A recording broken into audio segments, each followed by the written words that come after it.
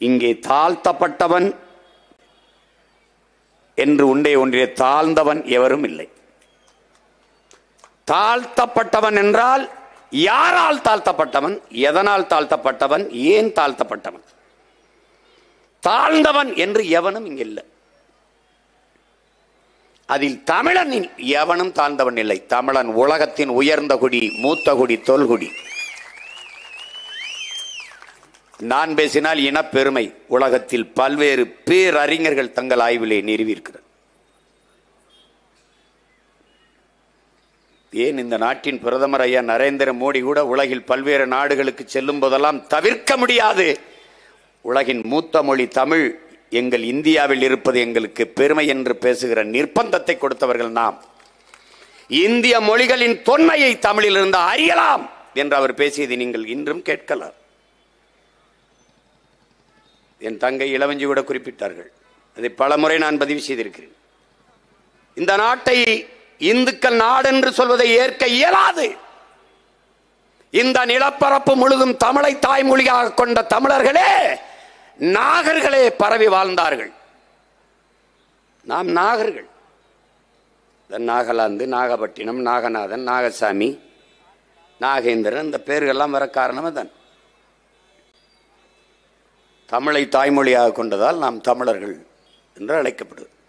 என்னுடைய மூதாதைகள் மொழி கூட தமிழ்தான் என்கிறார் புரட்சியாளர் அண்ணல் அம்பேத்கர் அவர்கள். அதே காலகட்ட அந்த கருத்தை ஆம் அம்பேத்கர் சொல்வதை நான் ஏற்கிறேன் என்கிறார் மேற்கு வங்கத்தை பல ஆண்டுகள் முதலமைச்சராக இருந்த ஆண்ட பொதுவுடைமை தத்துவத்தின் பிதாமகன் ஜோதிபாசு அவர்கள்.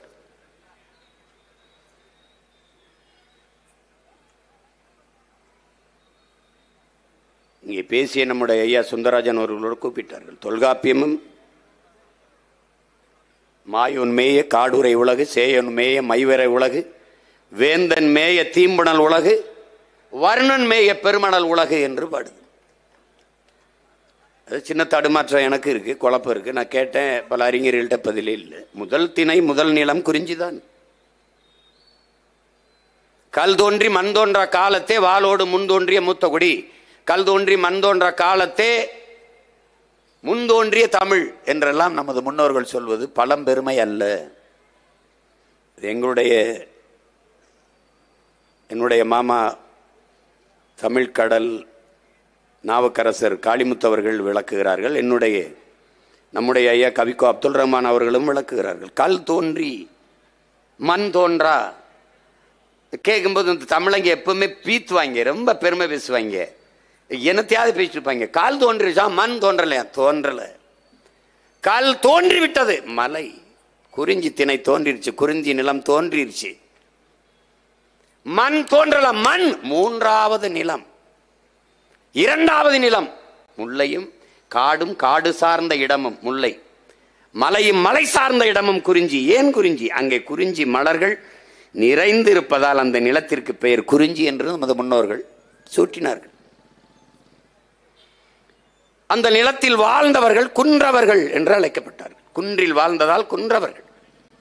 நாளடைவில் இன் உச்சரிப்பு குன்றி குன்றி குன்றி குன்றி குறவர்கள் என்று அழைக்கப்பட்டு அந்த இனக்கூட்டத்தின் தலைவனாக நம்முடைய இறை முருக பெரும்பாட்டன் அங்கே உங்களுக்கு தெரியும். குன்றில் வாழ்ந்ததால் மலை முடுக்குகளில் அடுக்குகளில் ஏறி ஏறி இறங்கி இறங்கி தசை இடை நரம்புகள் அப்படி முறுக்கி ஏறி இருந்ததால் முறுக்கன். அதான் சொல்லுவான்ல, திருவிக்கா சொல்றாருல்ல நம்ம தாத்தா, முகிழ்க்கும் தசையிடை அரும்புவதே அழகுங்கிறான். அப்படி கட்ஸ் ஆம்சு கிம்ஸ்லாம் அப்படி அப்படி வச்சிருக்கான் பாரு, அதான்டா அழகுங்கிறான். நீ ஆண் அழகன் போட்டியில முகம் வெள்ளையா அழகா மீச முடியெல்லாம் வச்சிருக்கான அழகுன்னு தேர்வு பண்றதில்ல. அப்படி ஆம்சை காட்டணும், அப்படி பூஜத்தை காட்டணும், அப்படி சிக்ஸ் பேக் காட்டணும், அப்பதான் ஆண் அழகன் எடுக்கிறான். அந்த அழகன் தான் முருகன். அதனாலதான் முருகன் முருகன், அத முருகன் என்றால் அழகன்னா. அந்த நிலத்தின் தலைவன் தமிழ் இறைவன் முருகன். தங்கை இளவஞ்சி சொன்னது மாதிரி குன்றில் வாழ்ந்தோம், கிழங்குகளை உண்டோம், கிழங்கு வேட்டையாடி உண்டோம். வேட்டை சமூகத்தில் தான் நாம். தமிழன் மரபே வேட்டையாடி சாப்பிடுறதா.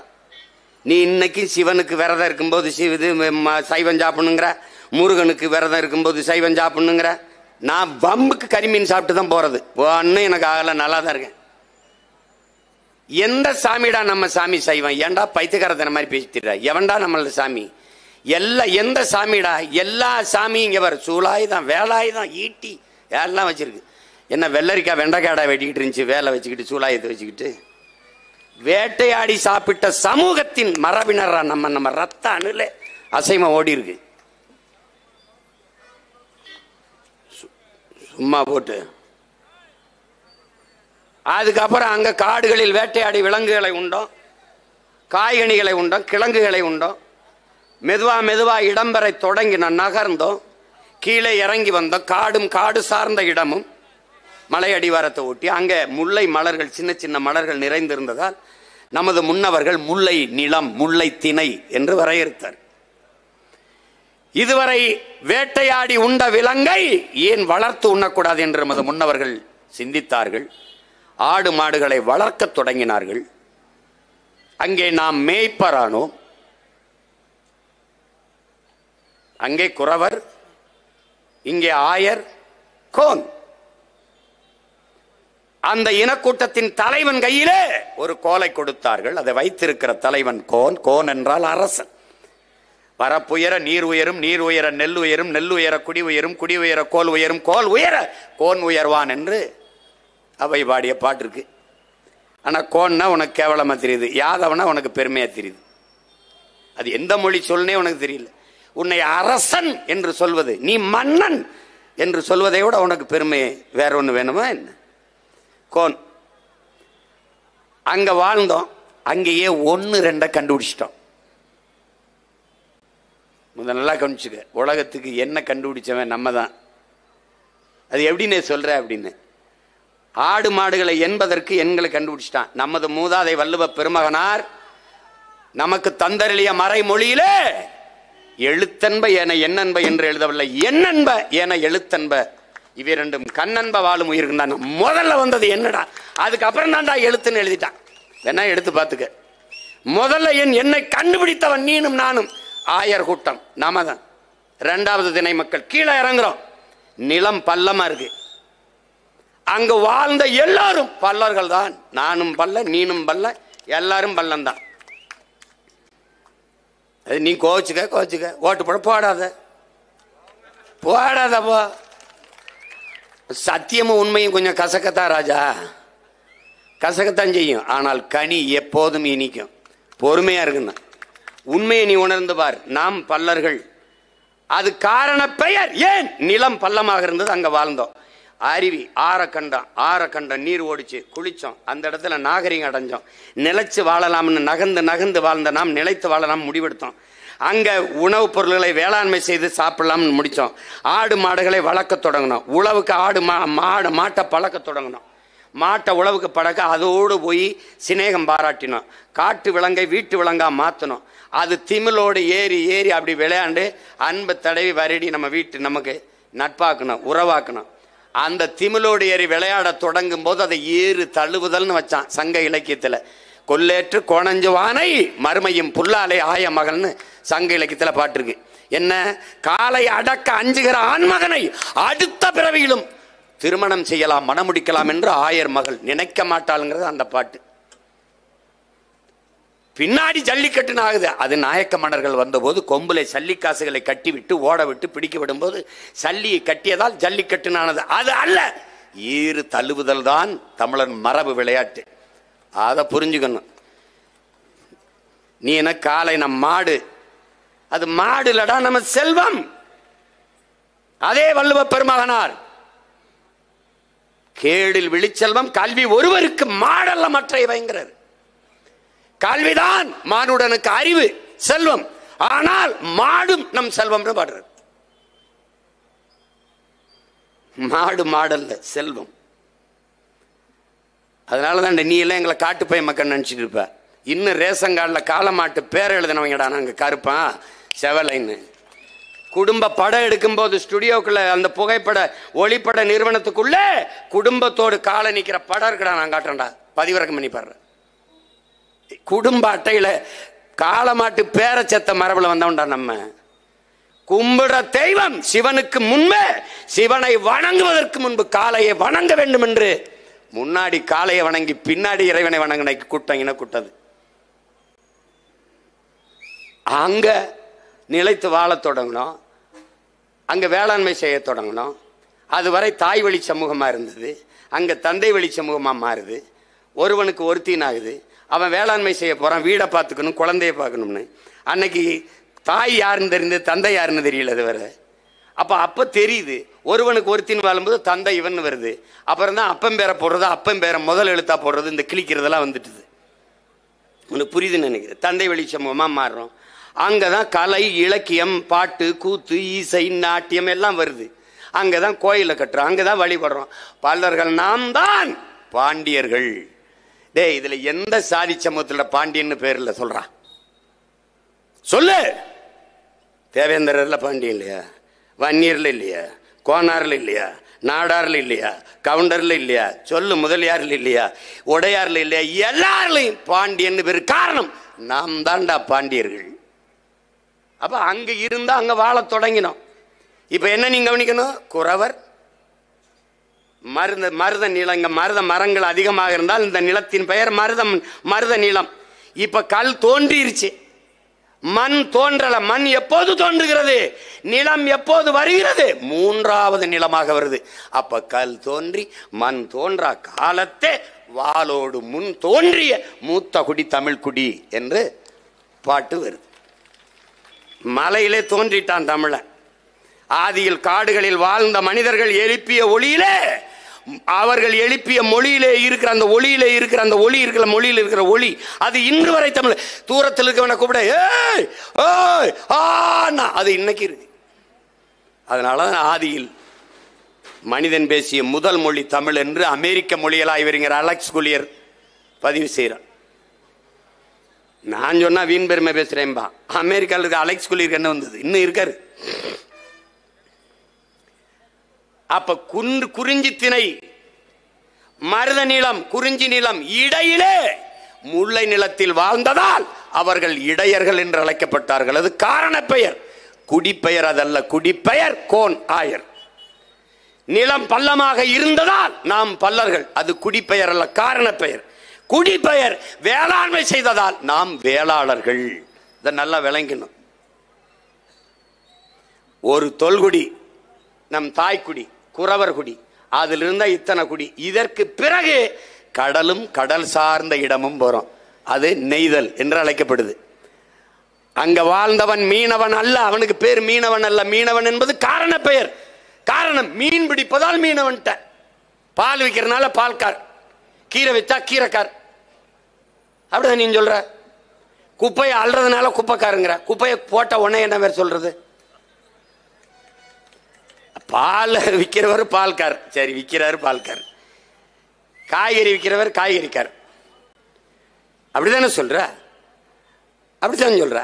ஆனா குப்பையை ஆள்றவன குப்பைக்காருங்கிற. போட்ட உடனே என்ன சொல்றது? நீ தான்டா பெருங்குப்பை.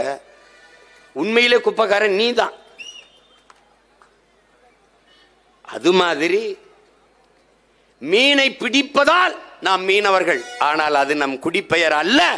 நம் குடிப்பெயர் பாரந்த கடல் பரப்பிலே வாழ்வதால் நாம் பரதவர்கள் என்பதுதான் நம்முடைய குடிப்பெயர்.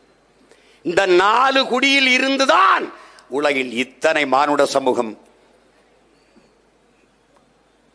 தளிர்த்து துளிர்த்து கிளைத்து வளர்ந்திருக்கிறது என்பதை அறிவார்ந்த தமிழ் சமூக மக்கள், பெரும் அறிஞர், பெரிய கவிக்கோ நம்முடைய ஐயா அப்துல் ரஹ்மான் அவர்களே இது குறித்து பேசியிருக்கிறார்கள். வலையொலியில் இருக்கு, நீ தட்டி பார்க்கலாம். அப்ப நம்முடைய தாய்க்குடியை போற்றுவது என்பது, பாதுகாப்பது என்பது நம்முடைய கடமை, பிறவி கடமை. அது இல்லாம அரசியல் செய்து என்ன பண்றது?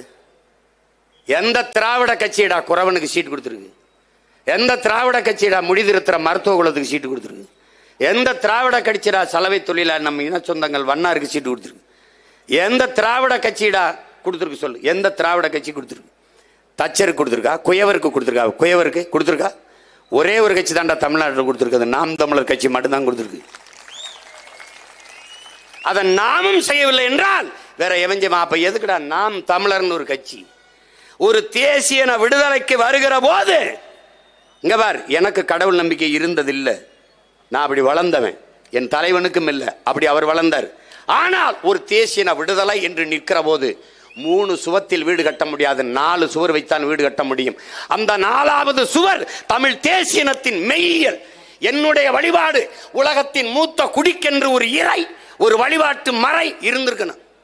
அது எது? அதான் இப்ப நாங்க செய்யறது. அண்ணல் அம்பேத்கர் சமய புரட்சி இல்லாத அரசியல் புரட்சி வெல்லாது என்றார். நான் அதையே பண்பாட்டு புரட்சி இல்லாது அரசியல் புரட்சி வெல்லாது என்று வைத்தேன். அவ்வளவுதான். அவர் அதிகாரம் மிக வலிமையானது, நான் அதை அடைந்து விட்டால் எளிமையானதுன்னு பின்னாடி சேர்த்து விட்டேன். அவ்வளவுதான். அதிகாரம் மிக வலிமையானது, அந்த அதிகாரம் என் மக்களுக்கானதுன்னு நான் சேர்த்தேன். அவ்வளவுதான். பாதை அவர் போட்டது, பயணம் எங்களுது. அதை தான் அவர் சொல்லுகிறார். கோட்பாடு இவ்வளவுதான், ரொம்ப எளிது. நான் யாருக்கும் அடிமை இல்லை, எனக்கும் யாரும் அடிமை இல்லை. இது ஒரு கோட்பாடு அண்ணல் அம்பேத்கரோடு.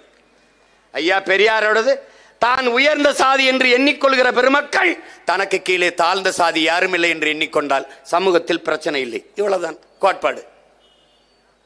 எந்த சொல் உன்னை எலி சொல் என்று சொல்கிறதோ அந்த சொல்லை எலி சொல்லாக மாற்று, எழுச்சி சொல்லாக மாற்று. இந்த கூட்டத்திலே எவன் குறவன் எவன் பறையன் என்று எவன் கேட்டாலும் எழுந்து நில்லடா. ஆம், நான் தான் குறவன், நான் தான் பறையன் என்று எழுந்து நில். எந்த சொல் உன் மீது இழி சொல் என்று சுமத்தப்படுகிறதோ அந்த சொல்லை எழுச்சி சொல்லாக மாற்று. இல்லாத வரை உனக்கு விடுதலை இல்லைடாங்கிறார். யாரு? நம்முடைய தாத்தா ரெட்டமலை சீனிவாசன். அதே அண்ணல் அம்பேத்கர் வேற வடிவத்து அதே கருத்து தான். எந்த சொல்லை வைத்து உன்னை அவமதிக்கிறானோ அவமானப்படுத்துகிறானோ அதையே உன் ஆயுதமாக தூக்குடாங்கிற, ஆயுதமா ஏந்துறாங்கிறார். அதே உன் ஆயுதமா ஆக்குடா. அவ்வளவுதான்.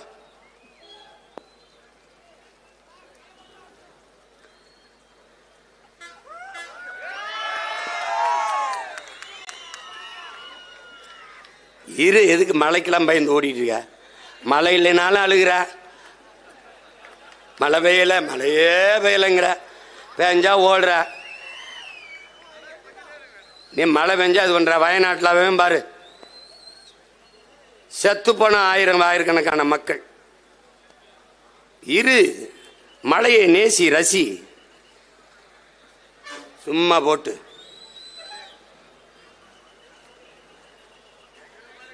மழை இல்லைன்னா ஏதுரா உலகத்தில் உயிர்கள்? இருறா, கொட்டுற குண்டு மலைக்கே ஓடாத கூட்டத்தில் பிறந்துட்டு குளிர் மலைக்கு பயந்துக்கிட்டு கொடையை பிடிக்கிறது, பாயை பிடிக்கிறது. நனைடா, நெல்லும் எள்ளும் வெங்காயம் தாண்டா நனைஞ்சா முளைக்கு, நீ ஒன்றும் முளைச்சு போக மாட்டாயிடா. இருடா, எங்கடா போற? சும்மா ஏதோ ஐயோ அப்படின்னு.